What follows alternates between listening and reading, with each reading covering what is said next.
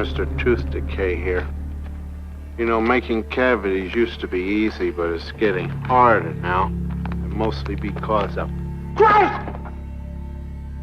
Crest fights cavities, so I'm gonna fight Crest!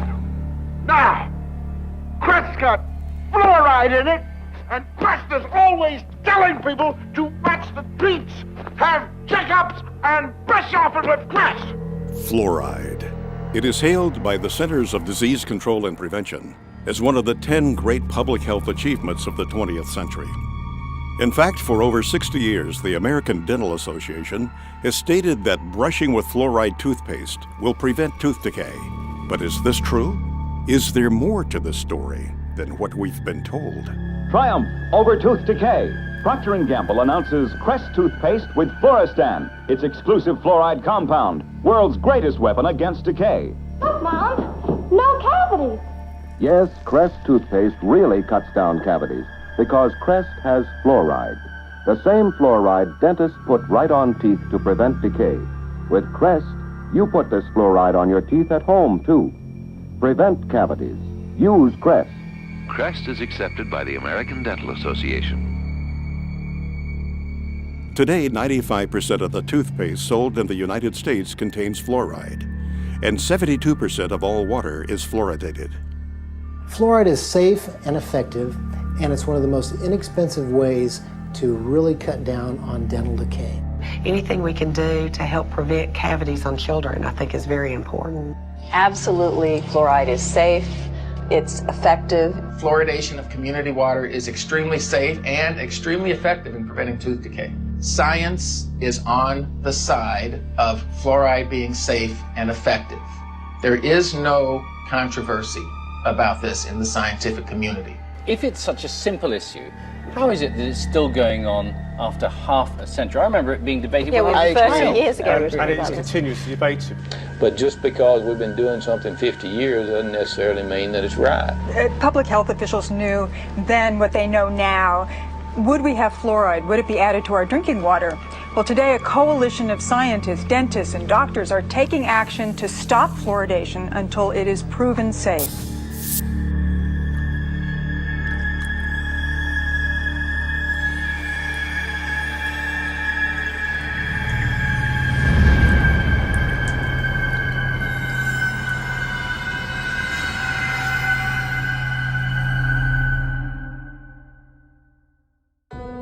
The first widespread commercial use of fluoride was for the eradication of vermin. Since the 1800s, sodium fluoride has been a key ingredient in rat poison and insecticides.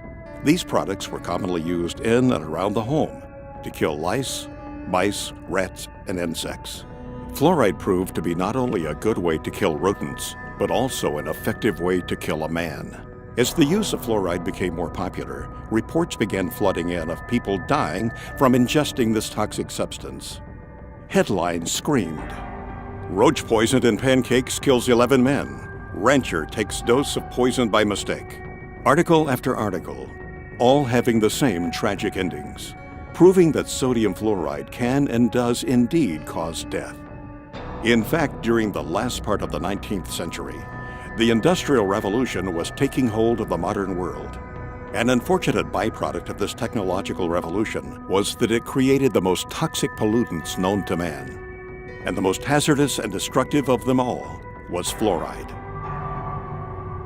In his award-winning book, The Fluoride Deception, investigative journalist Christopher Bryson examines fluoride's disturbing history. Bryson notes that in its early days, fluoride was a widely known and well-documented killer. Documentation from early lawsuits against fluoride manufacturers clearly shows that fluoride was a hazard, not only to humans, but to the environment as well, with damages reaching into the tens of millions of dollars. By 1930, the aluminum industry was the largest and most influential fluoride polluter. Industrial giants such as Alcoa knew they had to do something.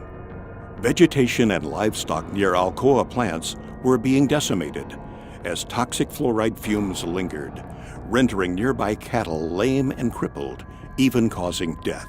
One newspaper article from that time proclaimed, "During the past year, we had 51 head of cattle die. We had laboratory tests made, and these tests show excessive amounts of fluorine in the liver and kidneys. Also, some of our young cows had lost their teeth. Our saddle horses were so crippled from fluorine poisoning, they had to be shot. The serious nature of fluoride toxicity was beginning to be realized.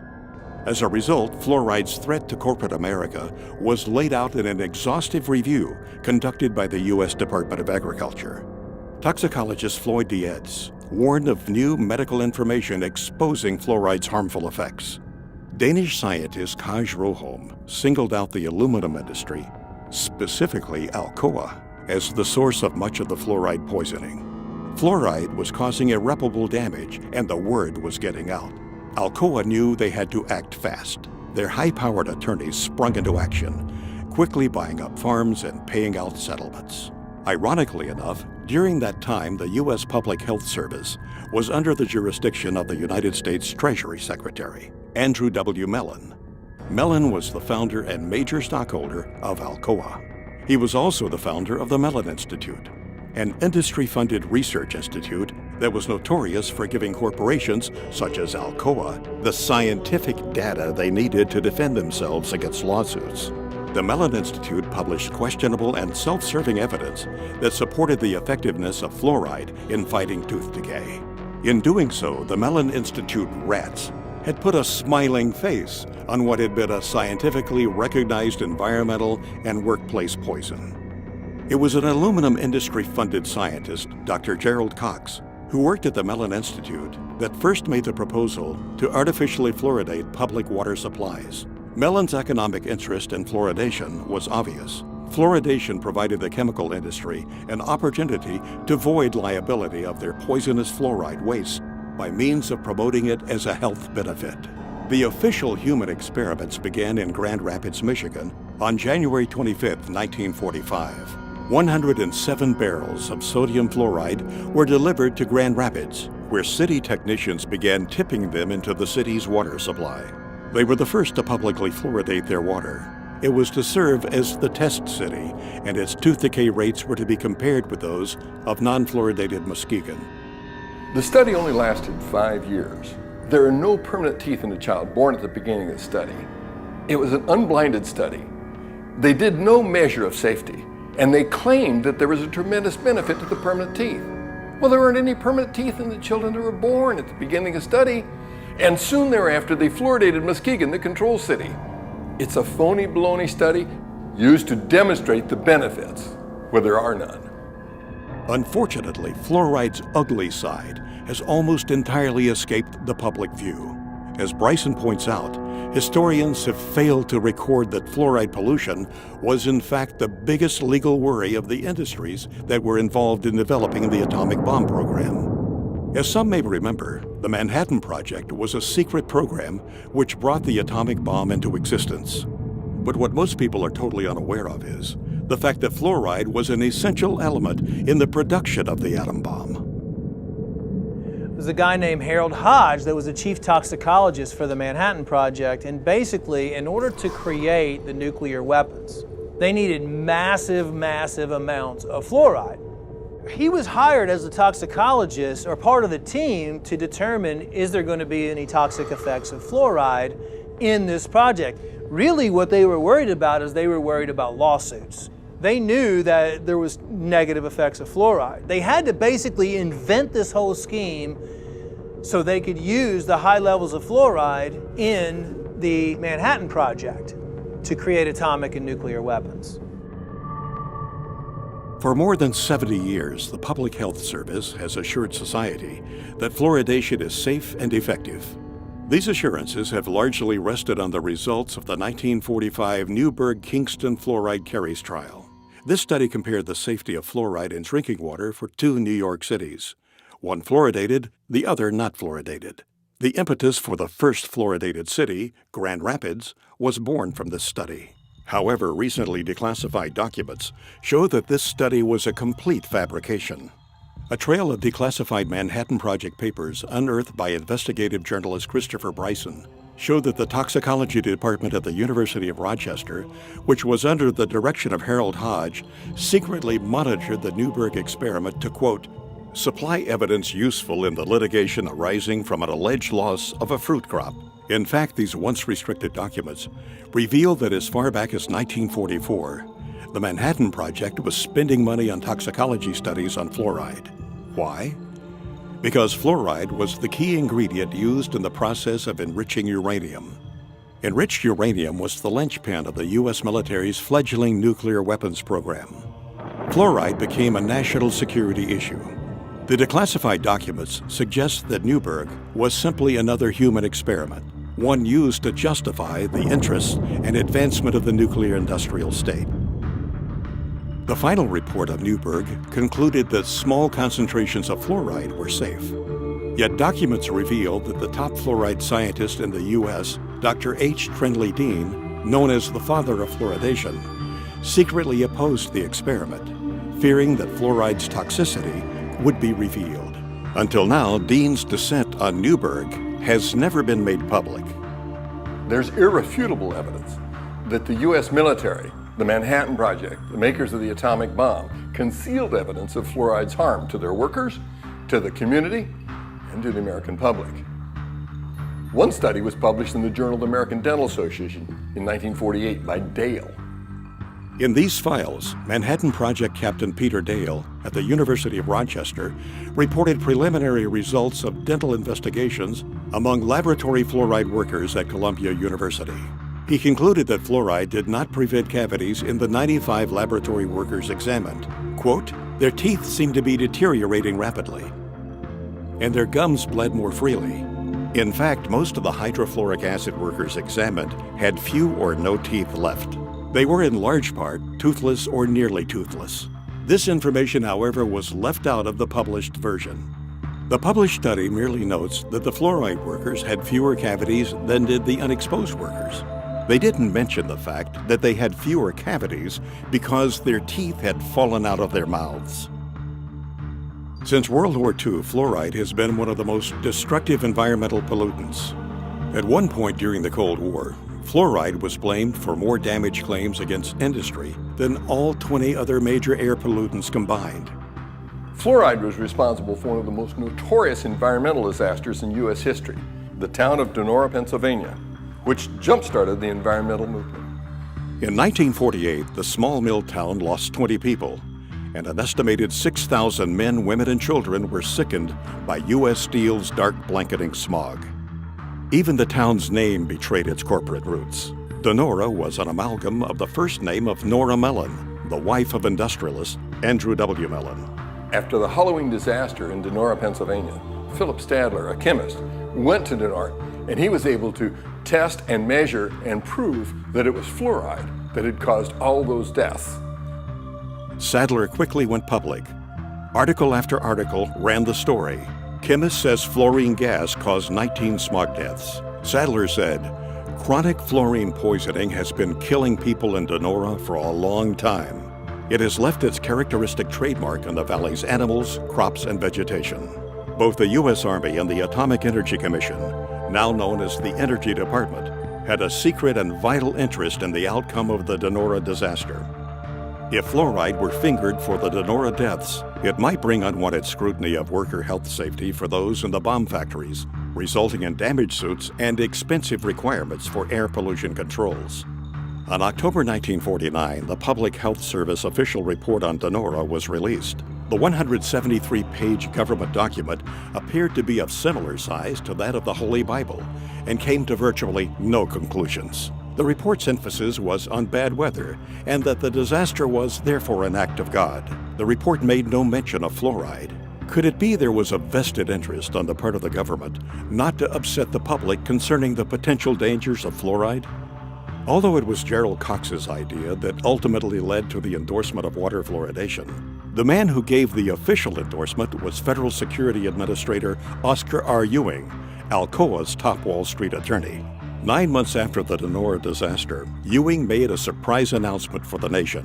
The U.S. Public Health Service was reversing a long-held position. The ex-Alcoa lawyer declared that his agency now favored adding fluoride to drinking water across the United States. Coincidence? When it came time to choose a public relations representative to persuade public opinion in favor of water fluoridation, Ewing chose none other than the father of public relations himself, Edward Bernays. When they're selling water fluoridation, they didn't just walk out and say it's good for you. They actually hired Edward Bernays, Sigmund Freud's nephew, to sell Americans on how good it was to have silicon fluoride in the water.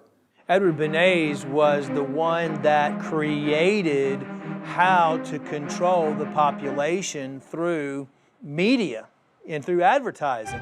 Edward Bernays, also known as the father of spin, pioneered the idea of crowd psychology. In 1928, he wrote a book called Propaganda, in which he wrote, "If we understand the mechanism and motives of the group mind, is it not possible to control and regiment the masses according to our will without their knowing it?" He called it the engineering of consent. Bernays introduced the corporate giants to crowd psychology methods and polished techniques to manipulate society. He convinced the population to buy on impulse things they didn't even need. In his writings, he concluded that individuals were controlled by 4 basic motivations: self-preservation, aggression, security, and sex. Bernays' belief was that by appealing to any of these 4 motives, it was possible to manipulate the majority of a population into doing almost anything. You could brainwash them into smoking cigarettes, starting war, electing politicians, you name it. And given the proven effectiveness of these techniques, it was no coincidence that the Aluminum Company of America asked Bernays to head the campaign for the fluoridation of the United States water supply. People like Bernays, were masters of social engineering. His entire thesis, if you will, is that you don't talk to the public in a rational, scientific way. Instead, you appeal to their emotions and you invoke their fears. He was key in getting women to start smoking. He positioned cigarettes as being sexy and individualistic and, power to the woman. That was the framing of why women should start smoking. A consumerist culture was born, and the United States government took notice. U.S. agencies soon adopted Bernays' techniques of manipulation to manufacture the fear of ever-present danger in the minds of the people, to give those in power greater control of what Bernays called the mass mind. He went on to propose in his book Propaganda, those who manipulate this unseen mechanism of society constitute an invisible government which is the true ruling power of our country. We are governed, our minds are molded, our tastes formed, our ideas suggested, largely by men we have never heard of. This statement holds just as true today as it did in the 1920s when Bernays first wrote it. Throughout medical science, including dentistry, poison-producing corporations have always been able to infiltrate major institutions and dominate their narrative. When Christopher Bryson was writing this book, The Fluoride Deception, he reached out to Edward Bernays. Bernays said it was child's play to convince the American public that fluoride was good for them. While the official narrative rang, the case for fluoride had been proven. Some people weren't so quick to jump on the fluoridation bandwagon. Because fluoride had been used for years as a rat poison, to kill coyotes, to kill cockroaches. Some of those opposing fluoridation were in fact dentists. And because of their advocacy for safe water, they were censored by the American Dental Association. If they worked for the Public Health Service, they got fired. If they were team players and kept their mouths shut, they got to keep their job. So out of fear, many people who knew better remained silent. The true story behind water fluoridation can be hard to swallow. The facelift performed on fluoride dating back more than 60 years ago has misled generations. Instead of conjuring up the image of a crippled worker or a poisoned forest, we see smiling children. As a new generation arises, we must sound the alarm yet again. To those who have ears to hear, this film is meant to be a warning. This film will prove beyond a shadow of a doubt that fluoride is a deadly poison being added to our water supply. It will further prove that the chemical commonly known as fluoride is the only chemical added to public drinking water to treat you, the individual, rather than the water. The information presented in this film can change your life. It can help protect your health and the health of your loved ones. It will lay out the real facts behind water fluoridation. It will expose the hidden hand behind the curtain, pulling the levers of industry, corporate profit, and public perception. Fluoridation is neither safe nor effective, but rather a fraud. And honestly, one of the biggest hoaxes ever perpetrated in human history. To say things like tobacco is harmless, fluoride is harmless. Agent Orange is harmless, they say. DDT was harmless. Asbestos, right? Yeah, GMOs now, they say, are harmless. This is a long history of science selling out to corporate interests while the people are systematically poisoned. And to this day, people still believe fluoride is safe in the drinking water, and the majority of dentists still believe it's safe to put in toothpaste and to put in different types of compounds. Most people in America are persuaded that everybody fluoridates their water. And if you're living in a town like Albany or Long Island or Ithaca or somewhere, but the vast majority of the population in the world does not drink fluoridated water. Most of the countries do not fluoridate their water, only about 30. The countries now that have banned the use of fluoride, China, Austria, Belgium, Finland, Germany, Denmark, Norway, Sweden, the Netherlands, Hungary, and Japan. All these countries have said that fluoride, number one, is ineffective and toxic and should not be used. We are still using it. There's something wrong here. I think it's time that we become aware and do something about it. How come our country that's supposed to be, quote, so smart, uses it? Well, there's something going on here. What does the European Union know that we don't know? Nothing. Nothing. They know the same thing, that's why, but the difference is they're not getting paid off and we are, and so therefore, this is what the only thing I can come up with, because they both have the same facts. They both have the same facts. Fluoride is toxic. Fluoride is not helping your teeth. If it was really helping your teeth, why do we have all these dental problems? It's not at all. How come you can go to primitive societies around the world that never had even seen fluoride, and they have perfect teeth? Why are we having all these learning disorders? How come we're having autism? We're having all these things we never had before. Well, why don't we ask that question and answer it honestly? Answer it honestly. 98% of Europe does not fluoridate. Only 8 countries in the world have more than 50% of their population drinking water. America, Australia, New Zealand, Ireland, Israel, Singapore, Malaysia, and Colombia. Only 8. I think Europeans have come to their senses on several issues, not all of them, but on many, GMOs being one of them and fluoride being another. They've rejected these things because they're looking at the evidence. America tends to be way behind the curve on really recognizing reality in the realm of fraudulent hoax science. Our CDC and the liars in Washington, D.C. have only had success in countries that speak English for the vast majority of the disposal of their hazardous waste product. That means that you and I and our children in the United States are the largest consumers of hydrofluosilicic acid. Call it what it is. Hydrofluosilicic acid, what is that? Hydro's water, fluo, fluoride, silicic, sand, and it's missing an electron. It's acidic. It'll kill you. You take your hand, dip it in like that, you're gonna die. Hydrofluosilicic acid does not occur in nature. It's a man-made molecule. And it eats through concrete, glass, stainless steel, fiberglass, plastic. You name it, it'll eat it. So why are we putting that in the water? First tonight, hazmat crews from all across our area responded to a chemical leak this afternoon in Rock Island. The chemical was so strong that it was burning through the concrete there. News 8's Christy Mergenthal has the latest. It was just before 1 o'clock Thursday afternoon when hazmat crews were called to the Rock Island water treatment plant for a chemical spill coming from this tanker truck. The chemical hydrofluorosilicic acid is used to add fluoride to the plant's water. After several hours, crews were able to clean up the leak, allowing operations to return to normal. They had to cordon off the area, obviously, but as far as the treatment of the water and the amount of water being used by the public, there's no effect on that at all.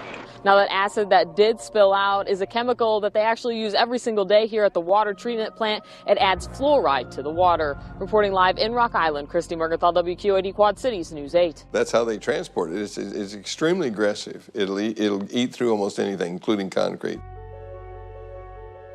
What is labeled fluoride is not naturally occurring fluoride like you might find in the ground. It's actually a collection. It can be over 100 different chemicals, including some radioactive chemicals, including many cancer-causing chemicals, including heavy metals, neurologically damaging elements that are called fluoride. And then this is dumped into the water supply, and the cities have the doctors and dentists convinced that this is somehow good for your teeth. Fluoride is really a clever way for industry, the mining industry, chemical processing industries, aluminum smelting and processing industries, to eliminate their toxic industrial waste without having to pay for it to be handled as industrial waste. They just slap a new label on it, fluoride. They sell it to cities, and the cities dump it into the water supply. Basically, it's a hazardous waste byproduct of the manufacture of phosphate fertilizer. It's a mining byproduct. They dig up this rock. This rock is no good as is. So you mix it with sulfuric acid, and this produces soluble phosphate, and that's what becomes the fertilizer. It's a byproduct that they can't do anything with. It's a poison, so they sell it and make fluoride out of it. It was a fraud. It was a scam from the get-go. It is a means of getting rid of fluoride.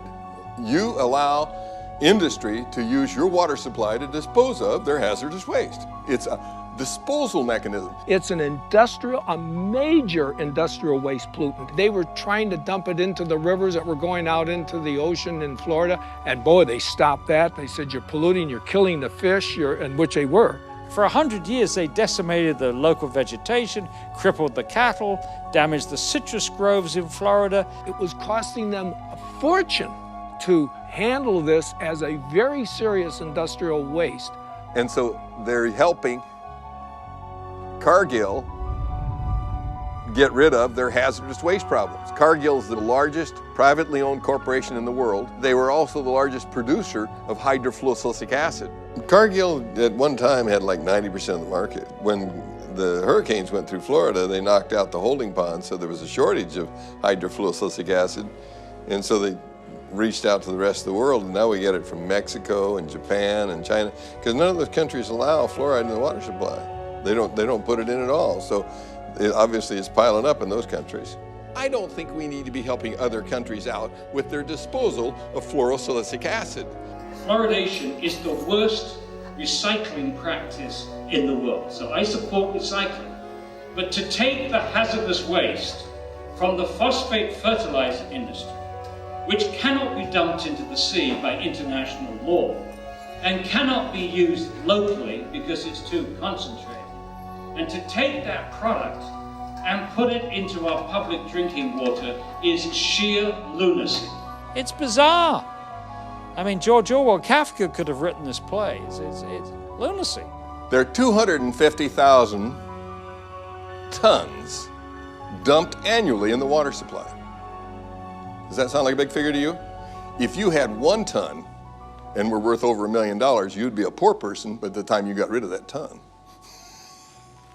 It's extremely expensive to get rid of. Is there anybody that you know that might be willing to talk to us, perhaps a whistleblower, somebody who's been injured or? Yeah, there's a guy who wrote a book, Toxic Torts, the tell-all book about the phosphate fertilizer industry, Gary Pittman. He'll tell you the story. Is that where's he out of? In Florida. That's where all the phosphate mines are in the United States. That's right. Paul, looks like we're going to Florida, buddy.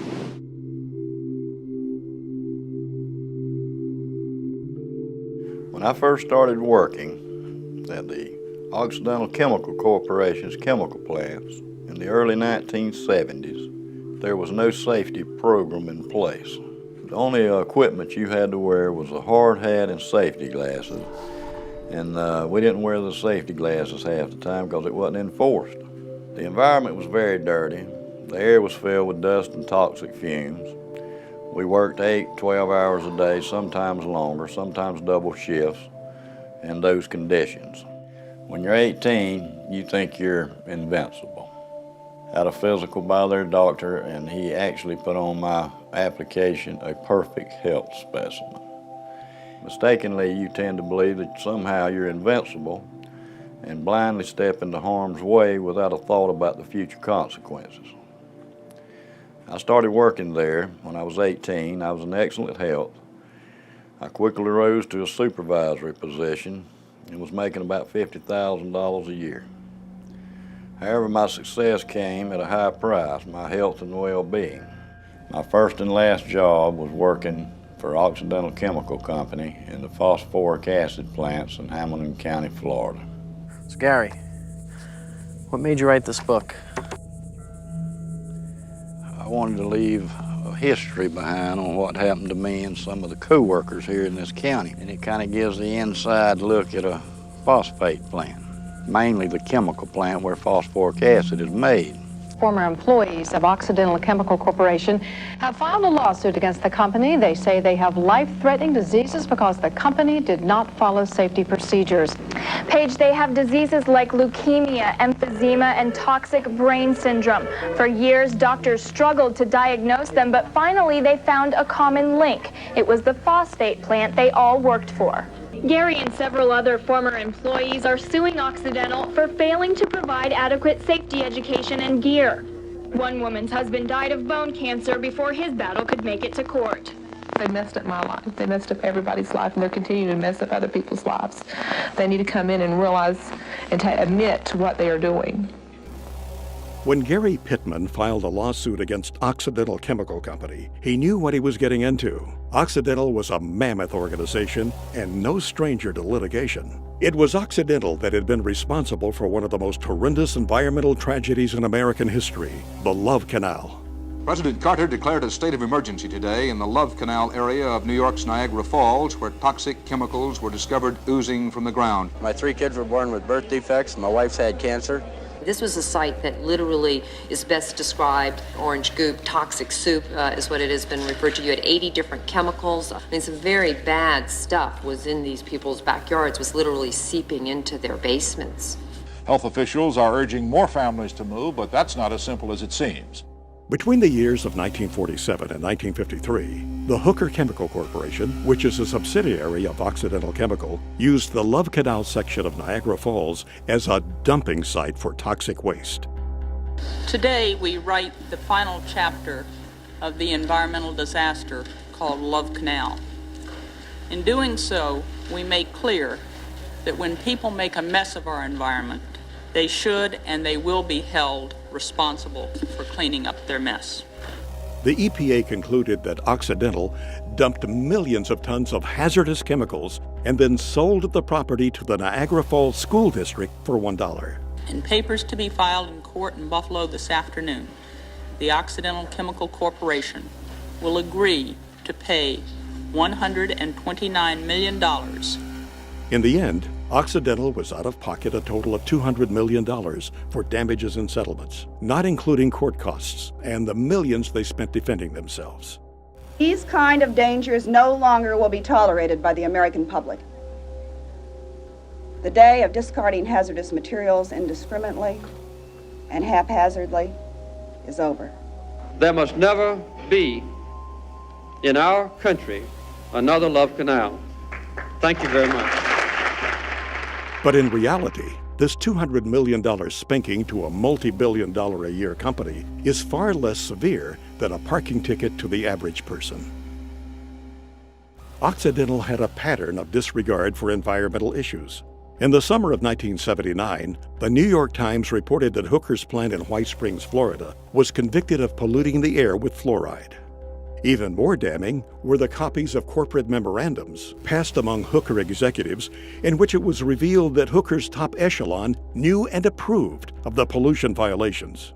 Finally, Hooker Company officials admitted to accidentally poisoning local water supplies not only at the New York location, but at their Michigan and California plants.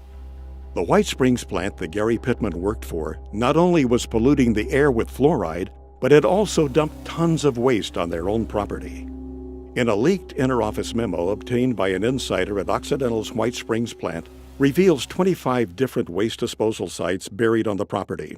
This highly classified document lists the hazardous, carcinogenic, highly fluoridated toxins that are all buried in the site and are still there today. Gary Pittman knew that he was about to embark into a David versus Goliath scenario. Occidental was not to be trusted. They had been known to buy and intimidate officials.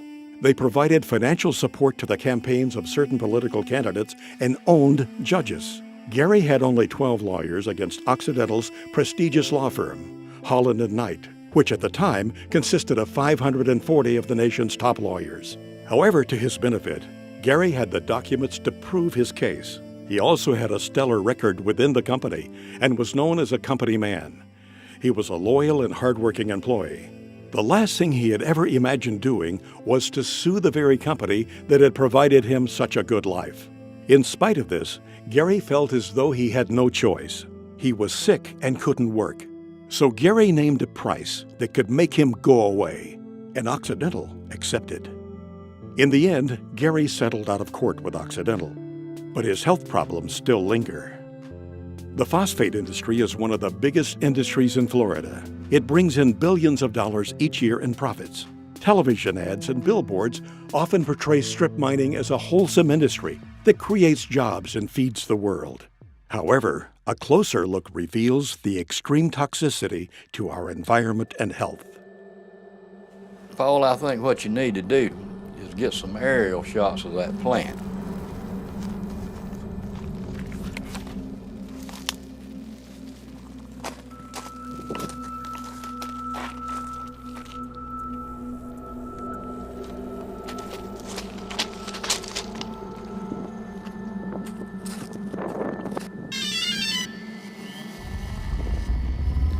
Because you cannot see the devastation going on from just riding down the road. If you could get some aerial shots of that plant, I could point out what's going on, what's happening, you know, and point out where a lot of the pollution's going on and stuff like that. What people don't realize is this is where hydrofluorosilicic acid starts, because you have to mine the rock, you have to make the phosphoric acid, and hydrofluorosilicic acid is made from the fumes off the phosphoric acid. Then it's put into the city's drinking water. I worked out there my whole life, basically, and I never seen that good of shots. You don't see this on Google Earth. I mean, you just see an overview and you get the idea that those are there, but... Yeah, what you see here is, you know, the common person never sees this. They don't really want you to see it either, because then you would know how much devastation, you know, there is at these plants.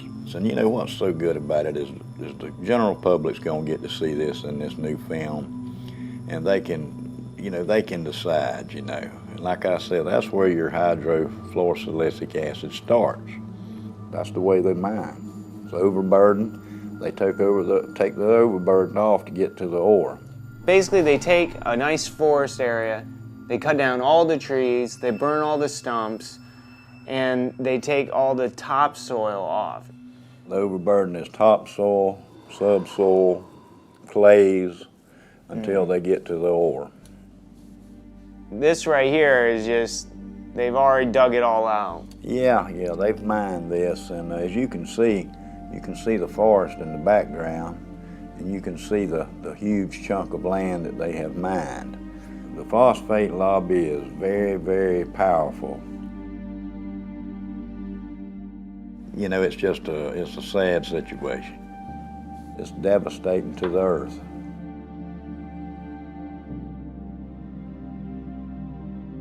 This water, this coffee-colored water, it's just hard to describe how bad it is. You know, when you call it water, it's not really water. It's so laden with so many different chemicals, and it contains many elements such as cadmium, chromium, mercury, nickel, beryllium, arsenic, fluorides, lots of fluorides. Lead, and I heard it even has it has radioactive elements in it too. It is radioactive. Uranium-238, radium-226.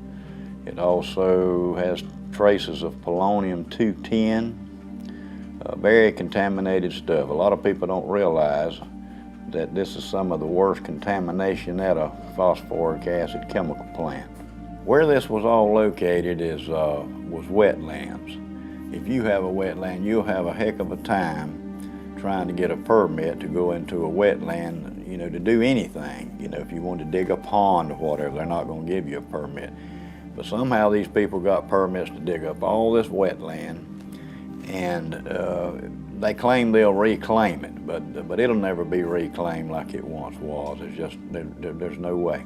They will reclaim just enough land, and they'll have a little show place so visitors, and they can go show them what they've been doing. Yeah, we've mined this out, and now this is what we've done. Mm-hmm. And you know, for what they've destroyed out there, you know, what a 10 or 15 or 20 acre plot they've reclaimed.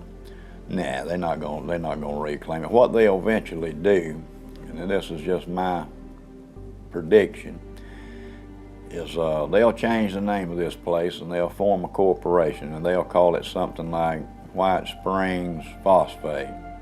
And then when they finish mining out the rock, they'll bankrupt.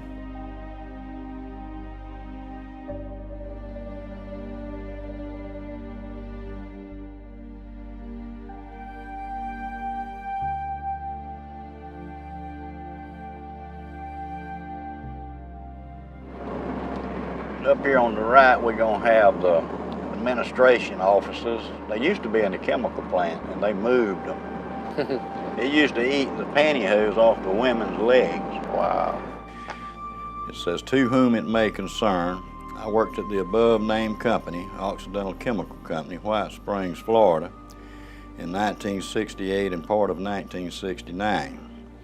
Our accounting department was located in the admin building, which at that time was located at the chemical plant.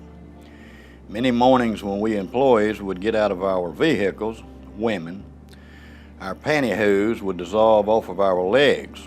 It was explained to us that it was a chemical fallout, not to worry. Our boss would see that each of us girls would get $1 to get us another pair of pantyhose. The chemicals also would eat small pit holes in the paint on our vehicles. Years later, they moved the admin building away from the chemical plant to out by the main road.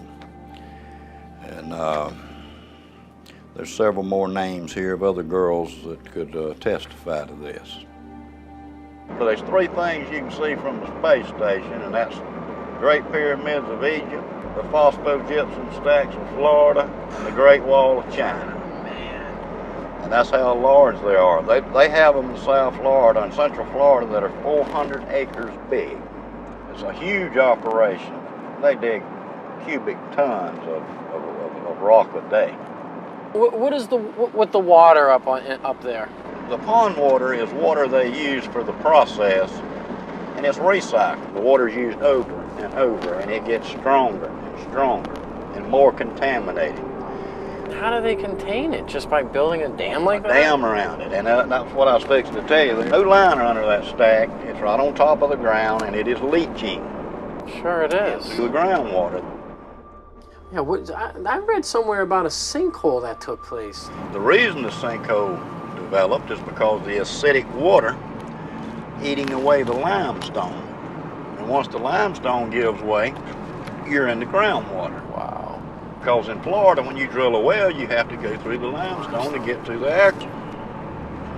Sure. When that 84 million gallons fell through in there, it contaminated all this water around. It had to have. Like I said, you know, it's just a matter of time before, you know, you have a sinkhole like that. It's just a weak point. Wherever there's a weak point in a cavity in the limestone is where the bottom falls. Eventually going to happen. Yeah, in all of them. In all of them. It's just a massive, massive operation. Yes, it is, and if you'll see, there's sections in this phosphogypsum stack.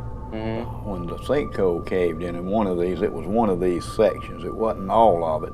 Only that one section was 87 million gallons. Whoa. So you can multiply that times 4. You know, that's just a lot of toxic waste to be going into the aquifer.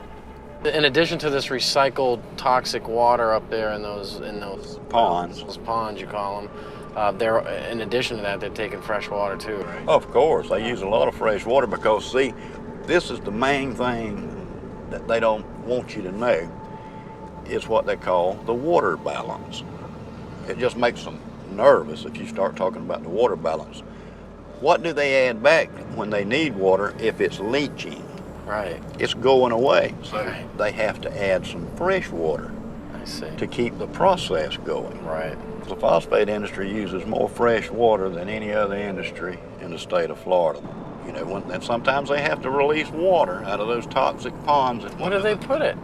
They put it in the creeks and it runs into the Swanee River. Now what they do to it is lime it to bring the pH up so it don't kill the fish immediately. The Swanee River, they claim, is a pristine waterway. But if you ask the Fish and Game Water Commission in Florida, they'll tell you not to eat over one fish out of that river a month. Wow. Because of lead and mercury and chromium and cadmium. They won't tell you that, but that's why. Yeah, that's why. This is just a lot of the documentation I've reached through the years. What really caught my eye was, like we had talked about earlier, the 1972 through 1979 misrepresenting environmental data. And they charged them $575,000 for emitting 10 times the amount of fluoride allowed below. And I was working there when that was going on, and the fumes were just unbelievable. It pit the glass on your windshields, make them so foggy it would etch the glass. Just having your car parked out there while you're at work. Parked there. I mean, back in the 60s, you know, I mean, even earlier they realized that those fumes were very toxic. Very toxic. The phosphate company pretty much polices themselves. They have their own crews do their stack testing and all the other environmental things. And, you know, that's kind of like the fox watching the hen house. And I have been involved to where they would go up to test a stack and come down and tell me, so something's wrong. This stack is going to fail. You know, so you look around, find a problem, straighten it out, and say, okay, boys, y'all can go up there and test now. I have also been at the point to where we couldn't find what was wrong, and they were doing the test, and we would just go and open a blind in the fume ducts to allow more fresh air to rush in, so it would dilute the emissions. But I know for a fact that they cheat on these tests. Once you know that, then you lose all faith in these regulatory agencies because you know it's all a farce. In this past, I'd say 6 months, there's been 4 people that I know of that I grew up with. They were younger than me. They were 52, all of them died. I do honestly believe it has something to do with the phosphate chemical plants out there. I would imagine you've seen some injured employees. I've seen people burned. I've seen people blown up. I saw a man killed, and he was going to weld on a rotary drum filter. And somebody had washed it with a solution of sulfuric acid and pond water. Found out later the guy had struck an arc to weld on that thing, and it exploded. And it killed him, messed up his friend, too, that was helping. But that's a very hazardous work environment. When you digest phosphate rock with sulfuric acid, that's what you're going to give off, hydrogen fluoride and silicon tetrafluoride. Now, even at that strength, it'll eat up concrete, asphalt, stainless steel, even the fume ducts after a while, which is made out of fiberglass. Very corrosive, the most corrosive acid known to man. Used to etch glass, it's used for a lot of things.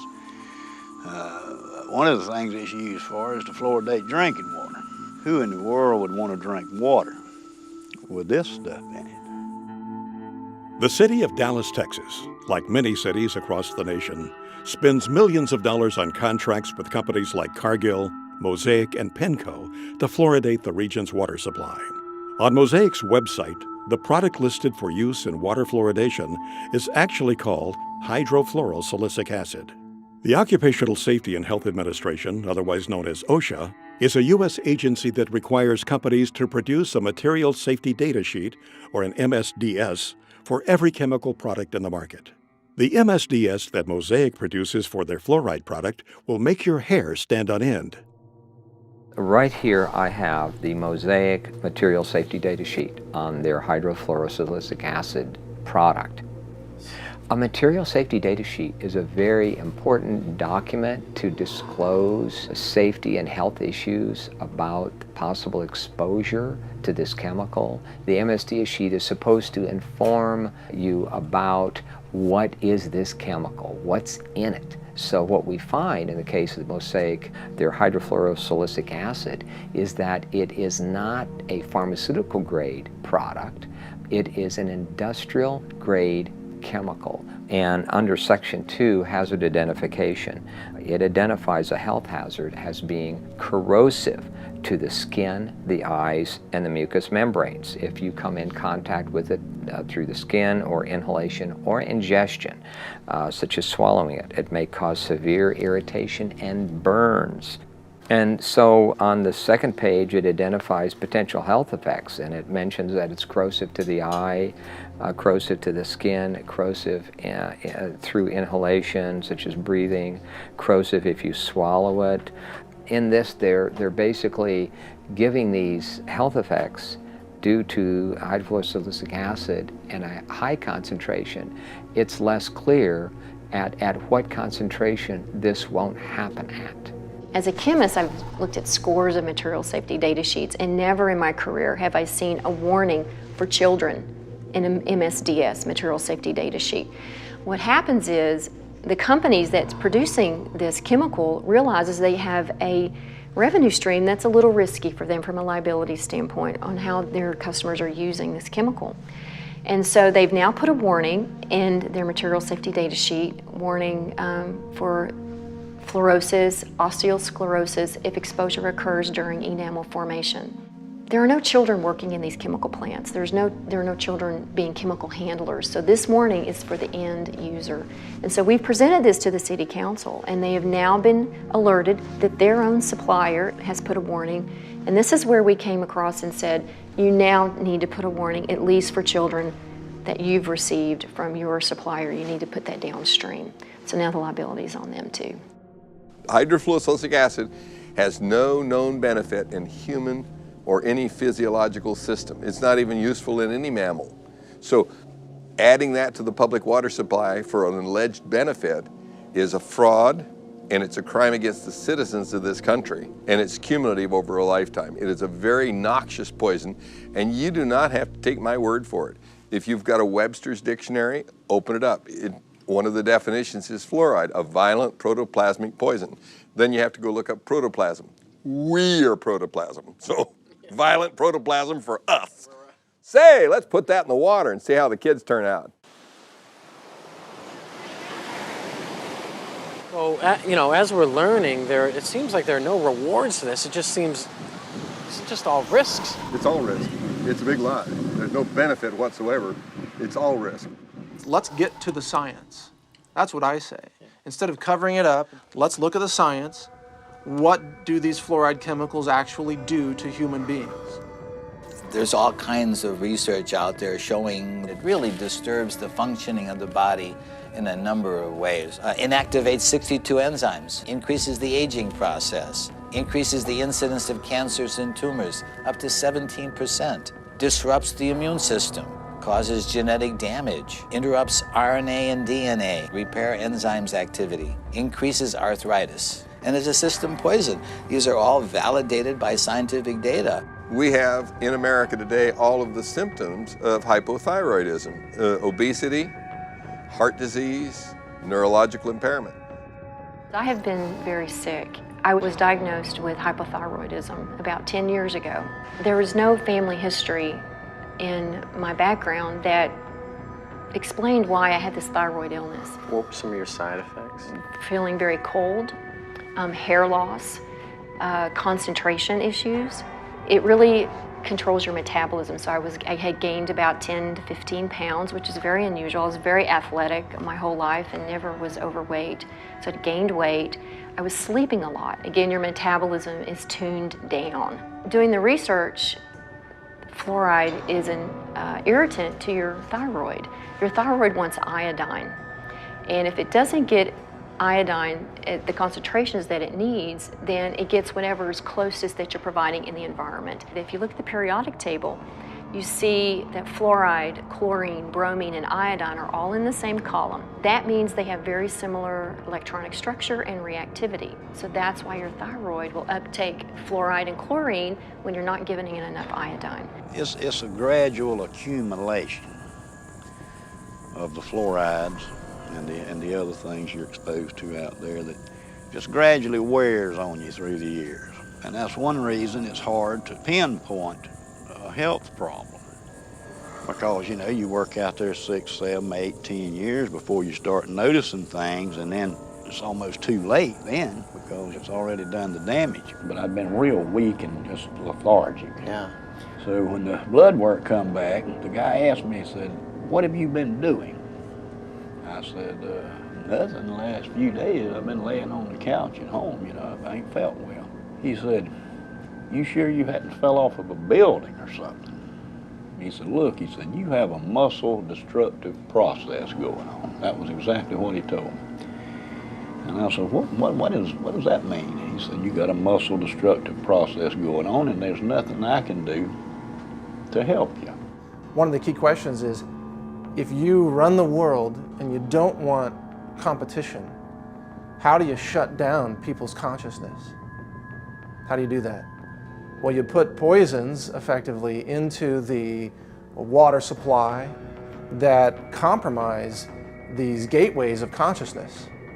And fluoride is one of the most powerful poisons that is routinely used for this purpose. The pineal gland is actually kind of located in the center of the brain, and it secretes two hormones, DMT and melatonin. Melatonin actually regulates your sleep cycles, and it's kind of like a feel-good hormone, which also helps regulate your puberty, and it helps regulate all your hormone structures inside your system. The pineal gland to me is so important because it's been regarded as like the third eye, and even in Egyptian times they call it the eye of Horus.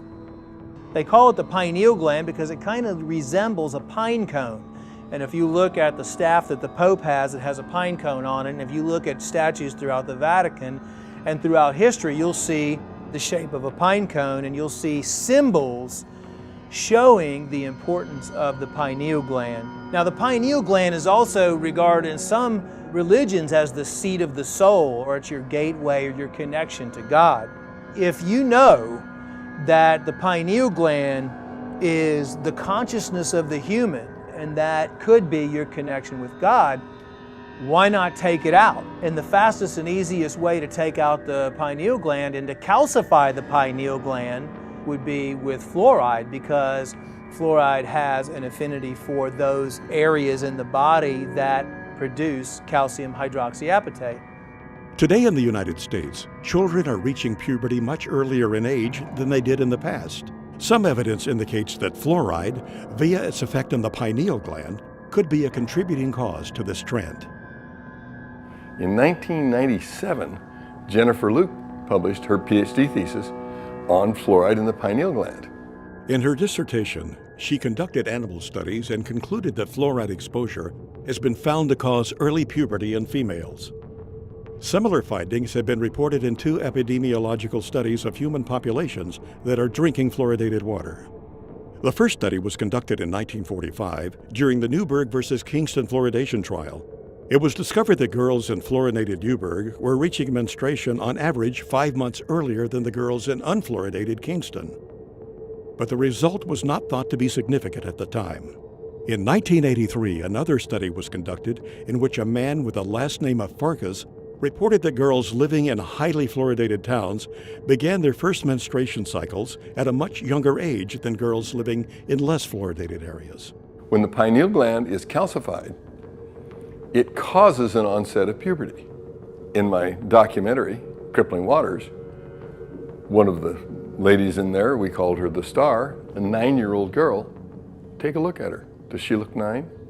She's exposed to high fluoride in her family's well water. Her dad, who's only 20 years older, is starting to bend over like this and starting to become crippled. He can't put his hands above his head. The calcification of the pineal gland is an adaptive process so that that child can have babies by the time she's 14 because she's going to be crippled by the time she's 40.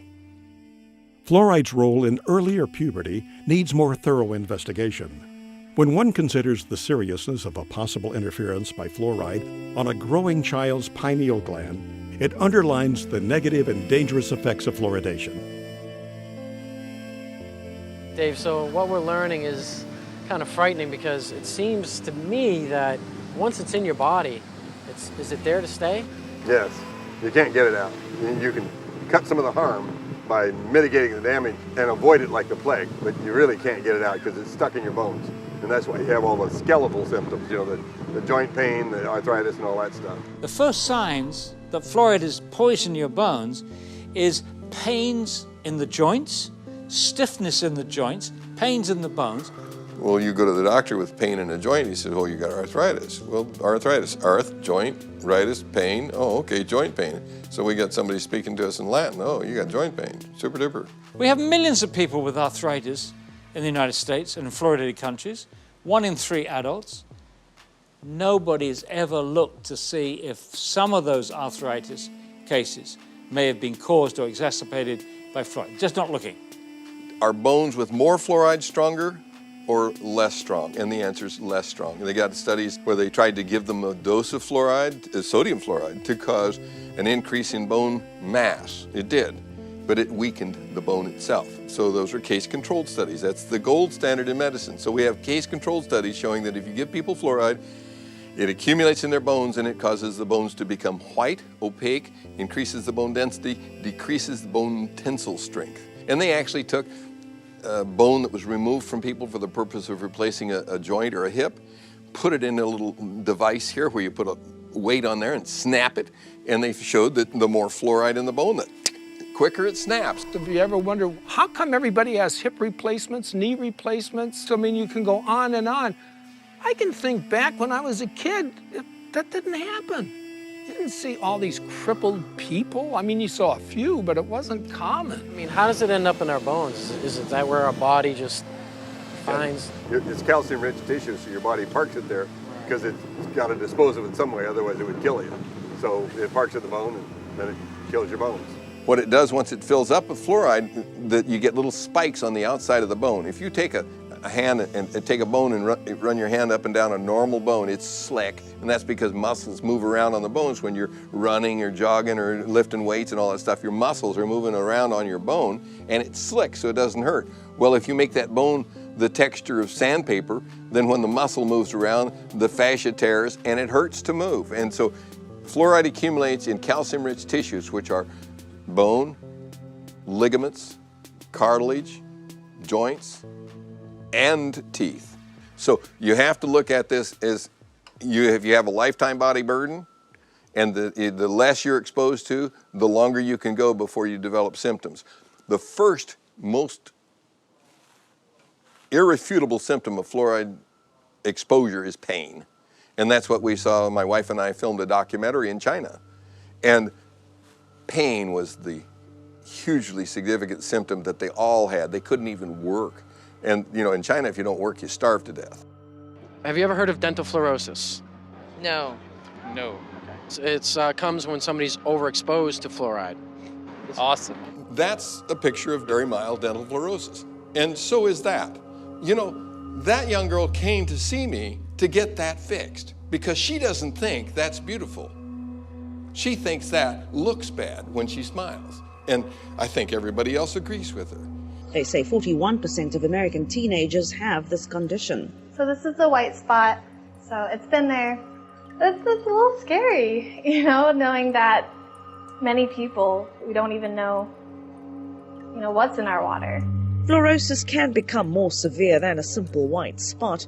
In severe cases, it can deform a patient's teeth. When you see spots on the teeth like this, that means you gave the child enough of a poison that the cells that were making that organ didn't make it right. They made it wrong. When I was a child, I was overexposed to fluoride. There are streaks of that in my teeth. So you learned that early on then? I knew, yes, those teeth are very brittle, so I have cavities more frequently in those teeth than other ones that don't have the evidence of the fluorosis. Maybe you've seen it. It's white, chalky spots on your teeth. and I was told that those are calcium buildups. From the fluoride? Okay. I don't think I had really, really strong teeth to start with, but I did have some teeth that they just broke. The last time this happened, I was eating a baked potato, and it broke 2 out. Baked potato? A baked potato, and it broke 2 out. Did you notice anybody else in the plant losing teeth? Yeah. We talk about it a lot at the plant. So the ADA, the people in office, the people who are in these regulatory agencies, they're aware of overexposure to fluoride causes dental fluorosis, correct? Yeah. They know of that, right? And they know that dental fluorosis, the teeth become weakened, they chip, they fall out. Brown, spotted, ugly, wear away real fast. Yes, they know all of that. We took California, we took the whole state.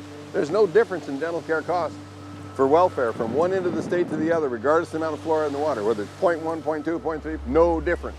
So if there was a tremendous benefit, you ought to be able to see that, and it doesn't show up at all in the computer data. So that's why they won't debate you. And although fluoride can help with your teeth, if either chemical is consumed in high amounts over a lifetime, it can lead to cancer, skin conditions, bone disease, and other health issues. There is a recent lawsuit in Maryland, it's a federal lawsuit, a woman who believed the medical establishment at the time when her daughter was an infant. She gave her daughter 90% of her diet, intake of water was this fluoridated baby water. And so the daughter grew up with severe fluorosis, and to get that corrected, dental restoration is about $100,000, and they can't bear that burden. So they are suing Nestle and Gerber. So putting it in a baby bottle when the child doesn't have any visible teeth, there's no way on God's green earth that can have anything except a negative impact on that child. It will damage that baby's teeth. But they sell it in the grocery store as baby's first water. I've seen that for years. How do we educate women to not buy this for their babies? And this is why we wanted the warning for infants, because they're the most at risk.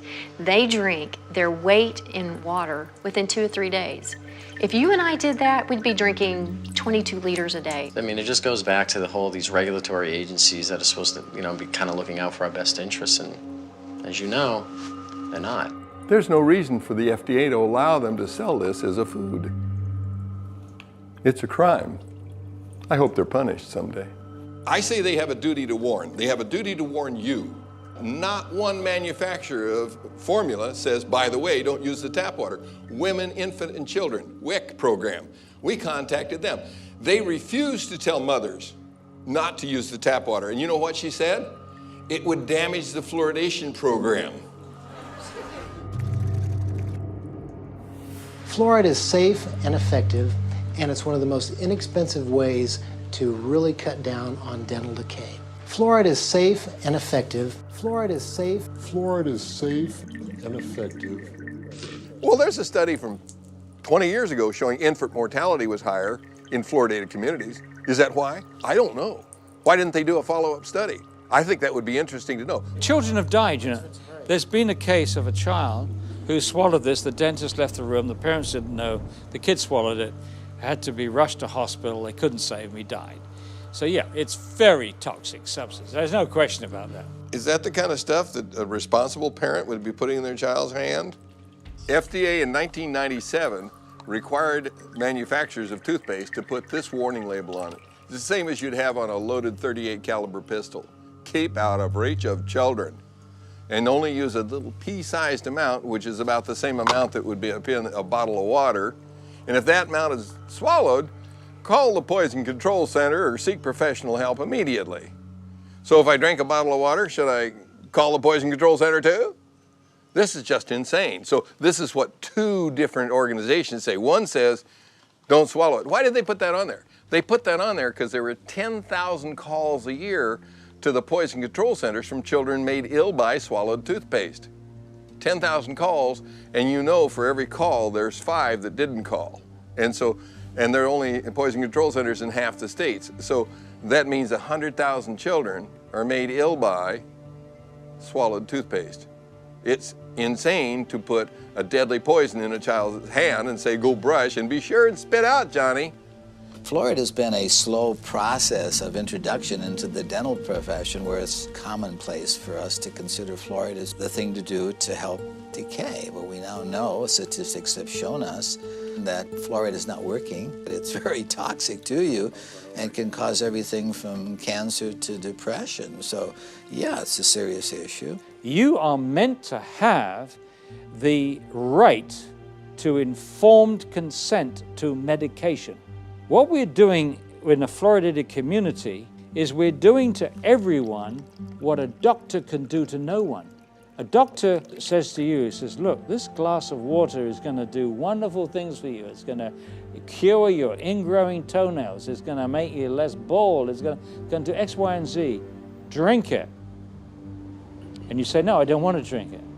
You must drink it. You've got to drink it. I'm your doctor. I'm telling you, you've got to drink it. If he or she tried to do that to you, he or she could lose their license. You're not. You've got to tell the patient what the drug is good for. You've got to tell them what it's bad for, the side effects. And then they, in theory, make up their minds. This has been ripped away from us. Water fluoridation is the dispensing of a drug. This is not chlorine. This is not any number of the other chemicals that are used to treat the water. Fluoride is being put in specifically to alter you physically, to make a physical change in you. Fluoride is a drug, is a medicine. This is the only thing anywhere in the world that gets added to the municipal drinking waters to actually treat the human.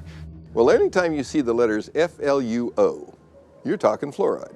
And so when you start realizing that Prozac is a fluoride product, Zoloft is a fluoride product, virtually all of your psychotropic drugs, almost all of those that are mood elevators. And one of the reasons being is because it has this tremendous capacity to affect serotonin. Serotonin being the chemical that goes from one neuron to the other brain neuron. And so when we looked at the selective serotonin reuptake and when basically an inhibition of the serotonin to be taken up, that's the fluoride that's doing that. Prozac is fluoxetine. It's a fluorinated psychoactive. Matter of fact, almost all your psychoactive drugs are fluorinated drugs. They put it in there both as a carrier and an accelerator of the effect. The actual active ingredient in Prozac is fluoride. Prozac is made almost entirely from fluoride molecules. It is, and like SSRI drugs, are similar molecularly to some of the elements in fluoride. Remember the school shootings in Columbine, Colorado? Yes. They were on SSRI drugs. Those drugs make your mind think that you're not living in the real world, that you're actually just sort of experiencing a false reality. And I think fluoride has much the same effect. There's tons of products that are pharmaceutical products that, in some cases, the fluoride is just being used to what I call potentiate it, to actually make it a stronger one. Fen-Phen, which was the diet drug that was taken off the, well, why did they take it off? Well, fenfluramine, you can hear the fluoride part in there. The fenfluramine was the part that actually made the thickening of the heart valves so that they pulled off. Amazing part about it is Rohypnol, the date rape drug. A lot of people just call it that. The roofie. Okay, yeah, right? Roofie. Yeah, and so what does that roofie do? Basically, it causes an anterograde amnesia. Well, okay, that's a fluoride product, so how does it do that? Well, we probably should have guessed that it would do that already anyway, because if you went in and had surgery, general surgery right now, knock on wood that you don't have to ever do that, but if you were, they would give you 4 molecules of fluorine and 2 of bromine and 1 of chlorine, and that's what knocks you out during that time. So the truth is that when you start looking at all the pharmaceutical uses for it, that it's just amazing all the things that are around us all the time that we didn't recognize or that we didn't see. There is absolutely no drug on the market that's given in a one-dose-fits-all situation. We don't put other things in the water to try to keep everybody's blood pressure down or everybody's stroke risk down. And there's no reason why we should be trying a one-size-fits-all approach for this either. Once you put a medicine in the drinking water, you can't control the dose because you can't control how much water people drink. You can't control who gets it. It goes to everybody. If you ask a pharmacist if there's any drug in his store that was safe enough to give to everyone, young people, old people, sick people, people with poor nutrition, give it to them in any dose, they'd laugh at you. It's ridiculous. There's no way you can give out a medicine without being able to control the dose. And one dose cannot fit all, and you can't give a medicine to everybody. You are forcing it on people who don't want it. There are people in this audience who've spent far more time researching this issue, including David, myself, and many other people in this audience, and they've stated categorically to the mayor, to the city councillors, we do not want you to force this medicine on us.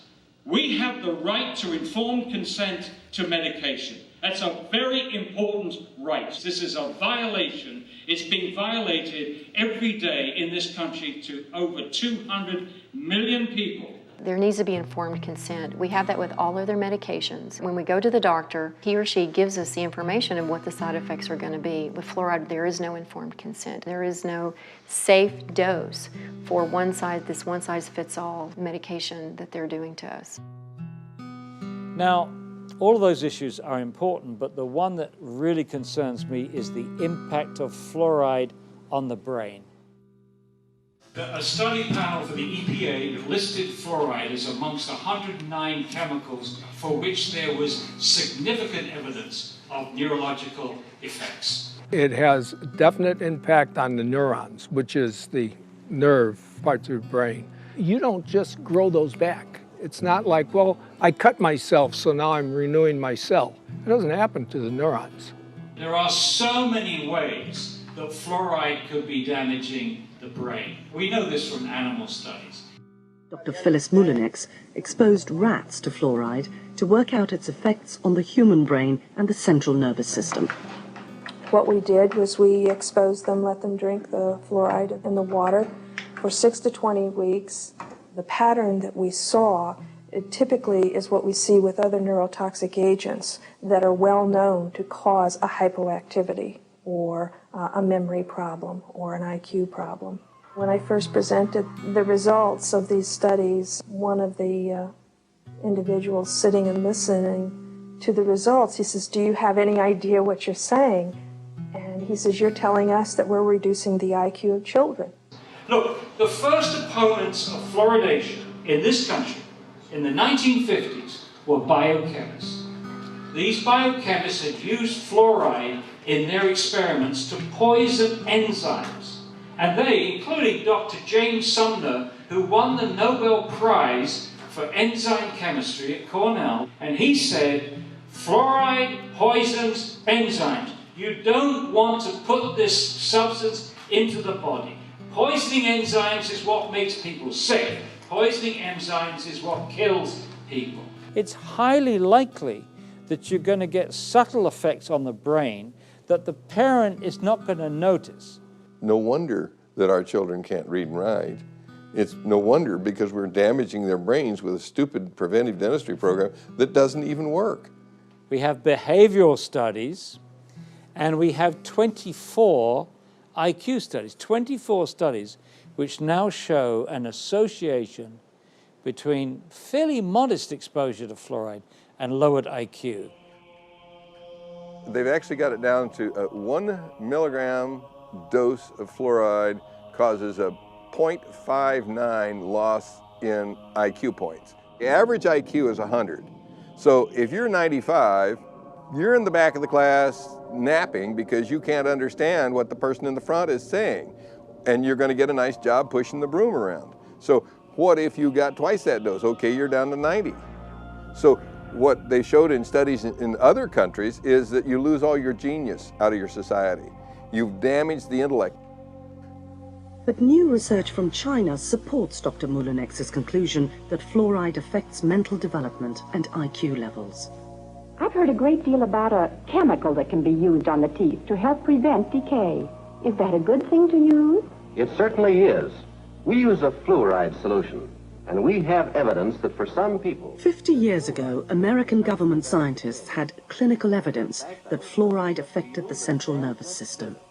But all this was kept secret. Chemical? You're going to put some chemical in my mouth? All mention of the effects of fluoride on the central nervous system was stopped. In my view, fluoride is where lead was in the early 70s. That argument lasted about 10 years, and it was finally proven that, yes, low levels of lead, lower than caused visible symptoms, was in fact damaging a child's mental development. I think the same thing's we're going to find with fluoride. As someone who has gotten off of fluoride, I can tell that my thought processes and my concentration is higher. And so when you damage the IQ of the children, you lose your place in the country as a leader, and we have. And that's because of the damage that our government has allowed to happen to the intelligence of our children. If there wasn't research out there that's shown conclusively that it affects the brain and the neurons, that it affects the immune system, that it affects the bones, and it is incorporated into your body, fluoride bonding is strong. You get something fluoride bonded, it's not easy to get it off. Well, what's going on? Fluoride is now in thousands, and I really mean thousands of products where it has worked its way in, and I don't understand why. I had a good friend of mine come up to me one day when I still lived in the valley. He says, Karen, he says, look, there's fluoride in Cocoa Pops, and there's fluoride in Fruit Loops, and there's, I'm going, what? What the heck is it doing in that stuff? Pesticides operate in a lot of cases because they have fluoridated compounds. Sadly, the dentists have begun to add fluoride to their filling materials, their cements, they even put a varnish on children's teeth. I don't believe these have been legitimately FDA approved. I've checked on them. There's no new drug applications on file for fluoride to be ingested, and none have been submitted. So if you're going to give a child a dose of fluoride, show me the FDA approval where that's beneficial and even safe. It doesn't exist. The medical system that tries to say we need to ingest fluoride, that's really the only element they believe in. They won't recommend magnesium to reduce heart attacks. They won't recommend calcium. They won't recommend zinc for immune boosting function. They only believe in one element, and it's fluorine. You know, how come they don't look at the other elements that are needed? See, that's why it's very selective. It's a dogma. There is no, selenium waste product that they have to get rid of. That's why you don't hear about the benefits of selenium from industry. Right. But selenium is an anti-cancer element, and most people are deficient in it. Chromium, trace element for blood sugar regulation. Most people are deficient in it. Why don't doctors and scientists say, let's put chromium in the water? Because they're not trying to get rid of it as a toxic waste. That's why. If you look at the table of elements, you got to consider the whole thing. It's not scientific to say, well, let's just put this one element in the water. Well, what about all these others? Water fluoridation is a hoax. It's not scientific. It's not good medicine. It's not public health policy. It's a desperate attempt by certain industries to eliminate a toxic poison by feeding it to the people and calling it public health when it's clearly waste disposal. It comes down to this? Yeah, the government's paying 35 dentists at the Center for Disease Control to go out and promote the addition of silicone fluoride to the public drinking water. So it's making a lot of people who can't do dentistry money. Where money and power are is a magnet to criminals. And so Washington, D.C. becomes a vortex of evil. And I'll tell you, when you're controlled by a few people, which is the government, who controls the government? Money. Big money. And if they're about money, then we have a conflict of interest. We want our children to grow up healthy and strong, and they want to make profits. There are solutions out there. There are answers to this. There's ways to get around and possibly clean up your system. What can we do? The best thing you can do is look at what the body's made of, which is water. Every living substance is composed of water. People ask me, what's the easiest, simplest way to start regaining my health? I say, change the water. When you start flooding your body with water, if you have no access to anything else, no supplements, and eating clean foods, which would mean raw, organic fruits and vegetables, and if you have access to superfoods, which would be like chlorella, spirulina, blue-green algae, stuff like that, I still think that distilled water is the best. I recommend adding organic apple cider vinegar to their distilled water because what it does is it brings it back to life. When you distilled water, you lose all the minerals in it. It's a clean water, but it's not an active live water. So what I do and what I recommend, you can get a distiller for $300 or $400 and run your tap water right through the distillation unit and fill up your 5-gallon water containers. And then every time that you fill it up, put a little cap full of organic apple cider vinegar in there, the raw kind, and then you're getting vital nutrients, live enzymes, probiotics, and it's just one of the cheapest, most effective ways to regain your health or to just, give you a lot of good, active, live nutrients, and it brings the water back to life. But the big problem is you can get the best water in the world to drink and cook with, but what are you going to do about your shower? In fact, I would even say don't shower in tap water.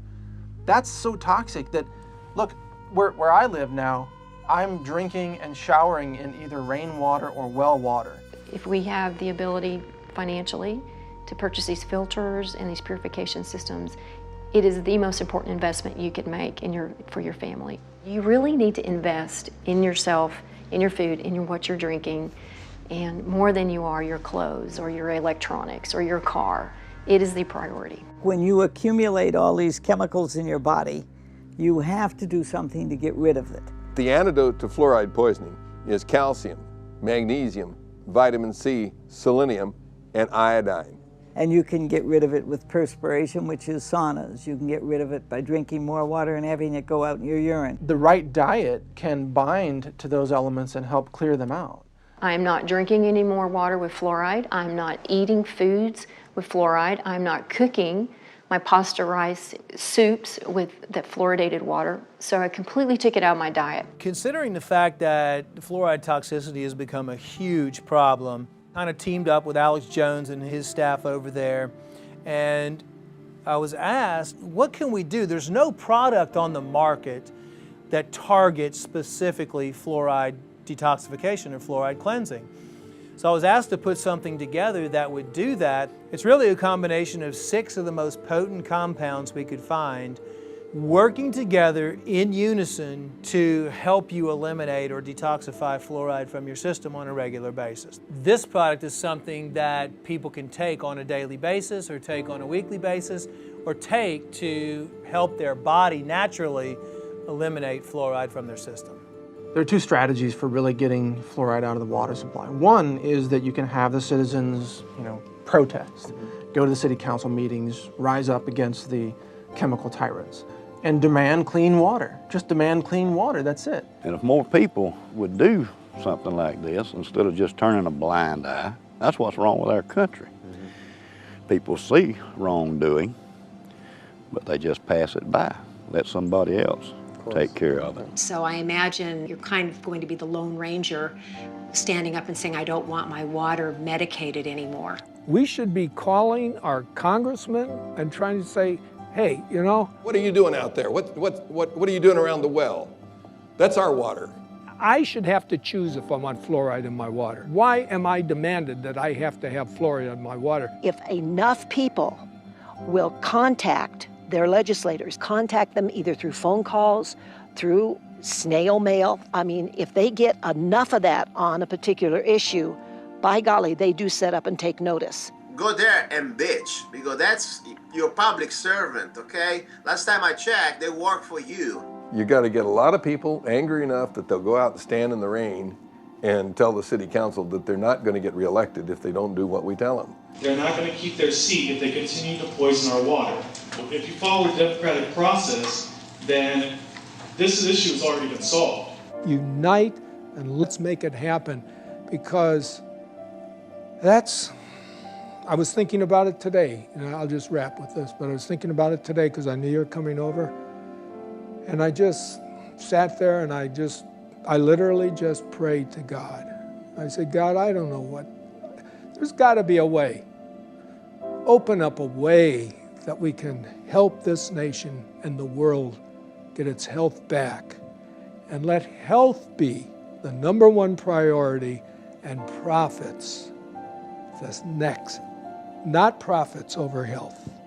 And let's let people get the truth. This is all about us taking our world back. It's the time to scream louder, to be bolder, and to show them that we cannot be afraid. It's time that the people stand up, the silent majority, for their health. Get it out of your community, and then you can drink the water at home, you can drink the water in your office, you can drink the water in the restaurants and in friends' houses, and so you don't have to worry anymore. The alleged reason for adding fluoride to the public water supply is to reduce tooth decay. But tooth decay isn't caused by a deficiency of fluoride. It's caused because there's scum on the teeth and bad diet. So the real solution is to take something like a nice toothbrush that was invented by C.C. Bass, cram it in the gums, and knock the scum off. So if you really wanted to reduce tooth decay, you'd make sure that every child had a big handful of toothbrushes and knew how to use them. And you dig all the scum off the gums, because it's scum living on the teeth that causes tooth decay. I don't want to poison the scum, I want to scrub it off the teeth and then not feed it. So you don't give it sugar, white flour, and bad food, processed foods. You give it good foods. Then you will have wonderful teeth and abundant good health. Is there hope? There's always hope. I mean, that's what I tell everybody. Even when I had cancer patients, I always say, listen, there's always hope.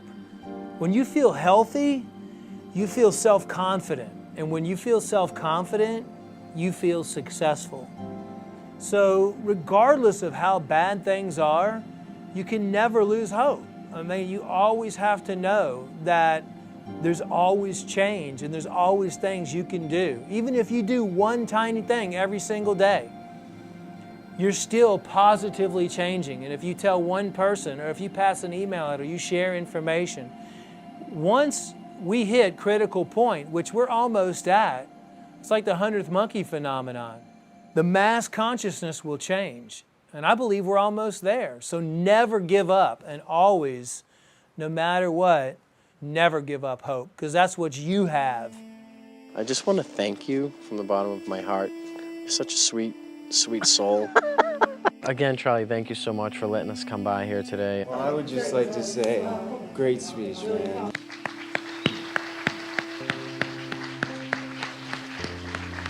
Thank you for all your work you've done over the years, and your discoveries, and your journey, and your just everything. Thank you so much. Appreciate Welcome. it. Thank you. Thank you, Gary. Thanks, Paul.